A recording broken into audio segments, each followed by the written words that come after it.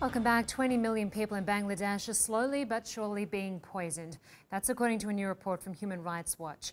The rights group accuses the government of failing to find a solution to much of the country's drinking water being contaminated with arsenic. And it's the poor in rural areas who are bearing the brunt of this problem. Samina Udas reports. 30-year-old Johara Akhtar draws water from her family's well. The clear water contains a deadly element, arsenic, but she doesn't have another option. Her mother's died from drinking it. Her brother and father are both ill.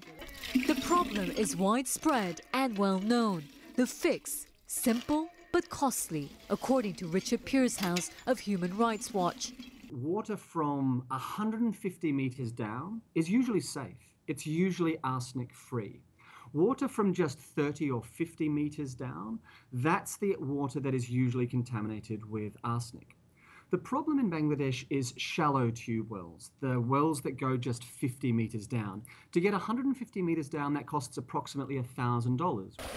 Odorless, tasteless and poisonous arsenic naturally occurs in soil and rock in Bangladesh.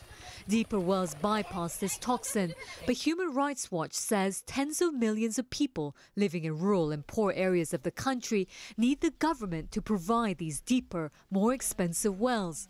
The group visited 5 villages and talked to over 100 people and found a big problem. A deep tube well from the government could be providing life-saving, safe water for hundreds of people.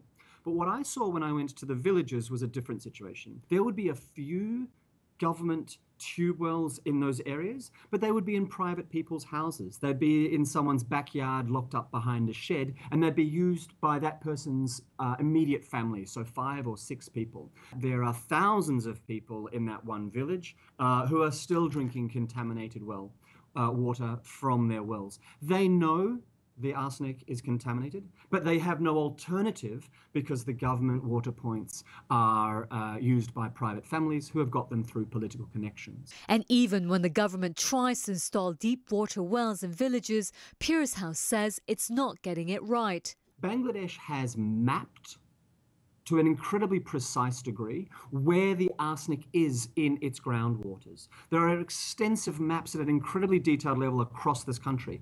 But when deciding where to put new tube wells, which could keep people safe, they don't actually follow that.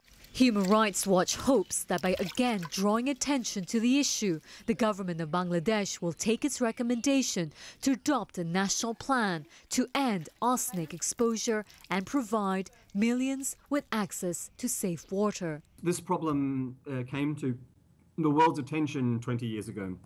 And it got on the front page of the New York Times and was widely covered. The problem of arsenic in the drinking water is still as deadly as it was the first time the world learnt about this problem.